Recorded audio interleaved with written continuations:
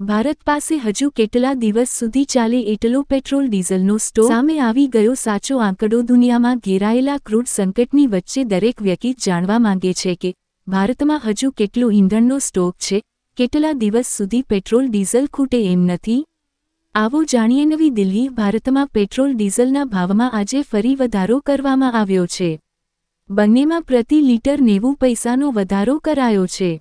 બીજી તરફ હોર્મુઝ પર પ્રતિબંધના કારણે ક્રૂડ સંકટ વધવાના સંકેતોએ દુનિયાને ચિંતામાં મૂકી દીધી છે.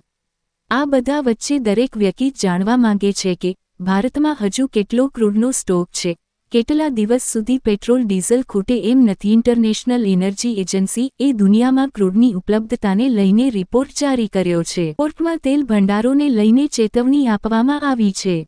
એજન્સીના અનુસાર દુનિયામાં કોમર્શિયલ તેલ ભંડાર ઝડપથી ખતમ થઈ રહ્યો છે.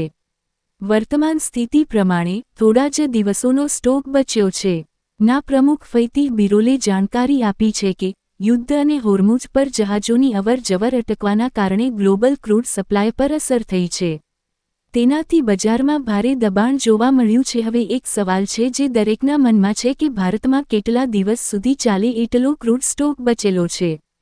પેરિસમાં થયેલી G7 દેશોના નાણાં મંત્રોની બેઠકમાં સામેલ થયેલા IEA કાર્યકારી ડિરેક્ટર ફાતિહ બિરોલના અનુસાર ઇમરજન્સીની સ્થિતિ સામે પહોંચી વળવા માટે ક્રૂડ ભંડારોમાંથી રોજના 25 લાખ બેરલ તેલ માર્કેટમાં લાવવામાં આવી રહ્યું છે, પરંતુ આ સ્ટોક મર્યાદિત છે.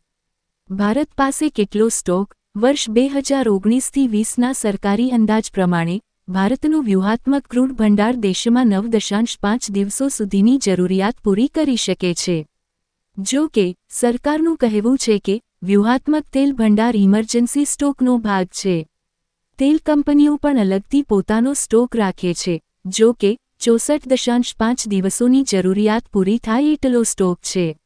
એટલે કે કુલ 74 દિવસનો. પેટ્રોલિયમ મંત્રી હરદીપસિંહ પુરીએ 12 મેના રોજ જાણકારી આપી હતી કે ગ્લોબલ ક્રૂડ સપ્લાય છતાંય 2 મહિનામાં ફ્યુલ રિઝર્વ સાથે ભારતને આપૂર્તિને લઈને મોટી ચિંતા નથી. રિટેલની કિંમતોમાં ફેરફાર ન કરવામાં આવ્યો તો સરકારી પેટ્રોલિયમ કંપનીઓને એક ક્વાર્ટરમાં જ લાખો કરોડોનું નુકસાન ઉઠાવવું પડશે.